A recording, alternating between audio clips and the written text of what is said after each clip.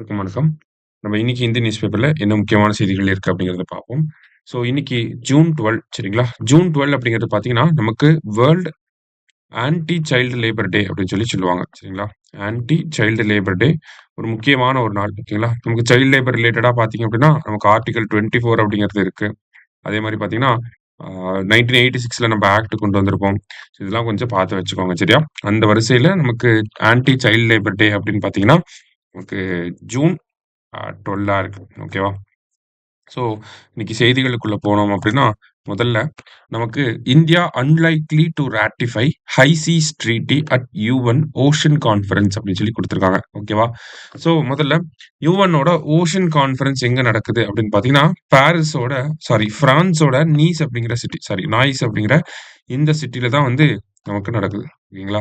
So, இந்த ocean கான்ஃபரன்ஸ்ல வந்து பார்த்தீங்கன்னா, லாஸ்ட் டைமா நடந்த ஓஷன் கான்ஃபரன்ஸ்ல ஒரு முக்கியமான அக்ரீமெண்ட் வந்து சைன் ஆயிருக்கும். என்ன அக்ரின்னா, அ அந்த அக்ரீமெண்ட் பேர் என்ன அப்படின்னு பார்த்தீங்கன்னா, பயோடைவர்சிட்டி பியாண்ட் நேஷனல் ஜூரிஸ்டிக்ஷன் அப்படிங்கிறது தான் அந்த அக்ரீமெண்ட் பேர். ஓகேவா? பயோடைவர்சிட்டி பியாண்ட் நேஷனல் ஜூரிஸ்டிக்ஷன் அப்படிங்கிறது தான் இந்த அக்ரீமெண்ட் பேரு. ஓகேவா? ஸோ இந்த அக்ரீமெண்ட்டுக்கு இன்னொரு பேர் என்ன அப்படின்னு பார்த்தீங்கன்னா, ஹை சீஸ் ட்ரீட்டி அப்படின்னு சொல்லுவாங்க. ரொம்ப ரொம்ப முக்கியமான ஒரு விஷயம். ஓகேவா? High seas treaty. Okay. Biodiversity beyond national jurisdiction or else இத ஹை சீஸ் ட்ரீட்டி அப்படின்னு சொல்லுவாங்க. ஹை சீஸ்னா என்ன அப்படின்னு பார்த்தீங்கன்னா, இப்போ உதாரணத்துக்கு நமக்கு இங்க குடுத்துருக்காங்க. ஓகேவா? ஸோ இப்போ இந்தியாவோட கோஸ்டல் ரீஜியன் இருக்கு. இதுல இருந்து ஒரு பர்ட்டிகுலர் நாட்டிக்கல் மைல்ஸ் வரைக்கும் பார்த்தீங்கன்னா, இந்தியாவோட டெரிட்டரியா இருக்கும். ஓகேங்களா? இந்தியாவோட கடல் பகுதி அப்படின்னு சொல்லுவாங்க. ஸோ இந்தியாவோட கடல் பகுதிக்கு அப்புறம் இருக்கக்கூடிய இந்த கடல்லாம் இருக்கும் இல்லையா? ஸோ இத தான் என்னன்னு சொல்றாங்க? ஹை சீஸ் அப்படின்னு சொல்றாங்க. அதுதான் பயோடைவர்சிட்டி பியாண்ட் நேஷனல் ஜூரிஸ்டிக்ஷன் அப்படின்னு சொல்றோம். சரியா? ஸோ இந்த ஹை சீஸ் அப்படின்னா இப்ப நம்ம புரிஞ்சிருக்கும். இந்தியாவோட கடல் ஓரம் இங்க இருக்கு. இல்லைங்களா? எல்லைப்புறம் இங்க இருக்கு. கரை இங்க இருக்கு. அதுலேருந்து கொஞ்சம் நாட்டிக்கல் மைல்ஸ் நம்ம எடுத்துக்கிட்டோம் அப்படின்னா, அத வந்து அததான் நமக்கு எக்ஸ்க்ளூசிவ் எக்கனாமிக் ஜோன் அப்படின்னு சொல்லுவாங்க. கிட்டத்தட்ட இது வந்து நமக்கு பார்த்தீங்கன்னா, 200 நாட்டிக்கல் மைல்ஸ் வந்து இருக்கும். சரி, இந்தியாவுக்கு 200 நாட்டிக்கல் மைல்ஸ் வந்து இருக்கு. சரியா? ஸோ இத நம்ம எக்ஸ்க்ளூசிவ் எக்கனாமிக் ஜோன் சொல்றோம். இதுல இருக்கக்கூடிய வளங்கள் எல்லாமே இந்தியாவுக்கு சொந்தமான வளங்கள் தான். சரிங்களா? இப்ப இதுல இருக்கக்கூடிய பயோடைவர்சிட்டிய நம்ம தான் பார்த்துக்கணும். ஆனா இந்த ஹை சீஸ் அப்படிங்கிற இந்த பகுதி இருக்கு இல்லையா? இப்ப நம்மளோட எக்கனாமிக் ஜோன தாண்டி இருக்கக்கூடிய கடல் பகுதிய ஹை சீஸ் அப்படின்னு சொல்றோம். அந்த ஹை சீஸோட பயோடைவர்சிட்டி அதுல இருக்கக்கூடிய வளங்கள யாரு பார்த்துக்கிறது? அப்படிங்கிற ஒரு கேள்வி வந்துச்சு. ஸோ அந்த கேள்விக்கான பதிலாக தான் இந்த பிபிஎன்ஜே அப்படிங்கிற அக்ரீமெண்ட். ஓகேங்களா? அததான் என்னன்னு சொல்றாங்க? பயோடைவர்சிட்டி இந்த இடத்துல இருக்கக்கூடிய பயோடைவர்சிட்டி பியாண்ட் நேஷனல் ஜூரிஸ்டிக்ஷன். இதுதான் நேஷனல் ஜூரிஸ்டிக்ஷன். இந்தியாவுக்குன்னா இதான் அப்ப. ஓகேங்களா? இப்ப நேஷனல் ஜூரிஸ்டிக்ஷனுக்கு பியாண்டா இருக்கக்கூடிய பயோடைவர்சிட்டி. அதான் பயோடைவர்சிட்டி பியாண்ட் நேஷனல் ஜூரிஸ்டிக்ஷன் அப்படிங்கிற அக்ரீமெண்ட். சரியா? அது ஹை சீஸ் அக்ரீமெண்ட் அப்படின்னு சொல்றாங்க. இந்த ஹை சீஸ் அக்ரீமெண்ட் அப்படிங்கிறத பார்த்தீங்கன்னா, நமக்கு இந்த ஏரியால இருக்கக்கூடிய பயோடைவர்சிட்டிய பாதுகாக்கணும், பிளாஸ்டிக் பொல்யூஷன கம்மி பண்ணணும், அ அங்க இருக்கக்கூடிய மெரைன் லைஃப்ப வந்து பார்த்துக்கணும்.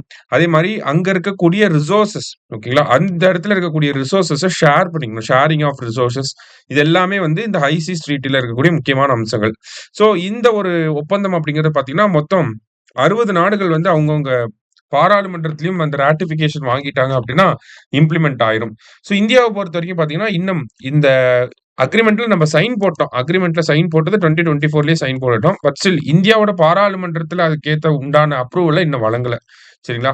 ஸோ அததான் இந்த இடத்துல குடுத்துருக்காங்க. India unlikely to ratify high seas treaty அப்படின்னு ஏன்னா அடுத்து மான்சூன் கூட்டத்தொடர்ல தான் இத பத்தின விஷயங்கள் நடக்கும் அப்படிங்கிறத சொல்லியிருக்காங்க. அதே மாரி இந்த மீட்டிங்ல வந்து பார்த்தீங்கன்னா, சகாவ் அப்படின்னு சொல்லக்கூடிய ஒரு போர்ட்டல் ஓசன் டேட்டா ரிலேட்டடான ஒரு போர்ட்டலையும் இந்தியா லான்ச் பண்ணியிருக்காங்க. சரியா? சகாவ் அப்படிங்கிறது ஓஷன் டேட்டா ரிலேட்டடான ஒரு போர்ட்டலையும் நம்ம லான்ச் பண்ணியிருக்கோம். சரியா? அடுத்ததா பார்த்தீங்க அப்படின்னா, நமக்கு ரவீந்திரநாத் தாகூர் அவர்களுடைய ஒரு ஆன்செஸ்டரல் ஹோம் பழங்கால அவரோட வீடு. சரிங்களா? ஸோ எங்க இருக்கு அப்படின்னு பார்த்தீங்கன்னா, கச்சாரி பாரி அப்படின்னு சொல்லுவாங்க அந்த வீட்ட. ரபீந்திரா கச்சாரி பாரி அப்படின்னு சொல்லுவாங்க. வெறும் கச்சாரி பாரி அப்படின்னு சொல்லுவாங்க. ஓகேவா? கச்சாரி பாரி ஆர் எல்ஸ் ரபீந்திர கச்சாரி பாரி அப்படின்னு சொல்லுவாங்க. இது எங்க இருக்குன்னா, பங்களாதேஷோட சிராஜ்கஞ்ச் அப்படிங்கிற பகுதியில இருக்கு. ஓகேங்களா? பங்களாதேஷோட சிராஜ்கஞ்ச் அப்படிங்கிற பகுதியில இருக்கு. ஸோ அங்க ஆல்ரெடி பங்களாதேஷ்ல பார்த்தீங்கன்னா, இந்துக்களுக்கு எதிரான ஒரு நிலைப்பாட வந்து நெறைய பேர் எடுத்துட்டு இருக்காங்க. ஒரு இஸ்லாமிக் ராடிக்கல் இஸ்லாமிஸ்ட்டா வந்து நெறைய பேர் அங்க வந்து இருந்துட்டு இருக்காங்க. ஸோ அந்த ஒரு போராட்ட குழுக்கள் வந்து இந்த மாரி அட்டாக் பண்ணியிருக்காங்க இவரோட ஆன்செஸ்ட்ரல் ஹோம். ஸோ ரவீந்திரநாத் தாகூரோட இந்த கச்சாரி பாரி அப்படிங்கிற பிளேஸ் வந்து பார்த்தீங்கன்னா, இப்ப ரீசென்ட்டா நெறைய பேர் வந்து அங்க பங்களாதேஷ்ல வந்து நெறைய வயலன்ட்டான ப்ரொட்டஸ்ட்லாம் வந்து போய்க்கிட்டு இருக்கு.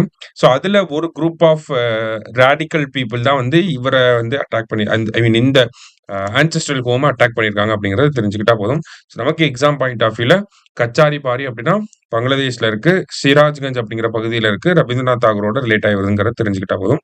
ஸோ இன்னைக்கு முக்கியமான செய்திகள பார்த்துருக்கோம். நன்றி. சுரேஷ் IAS அகாடமி வெற்றியின் முகவரி.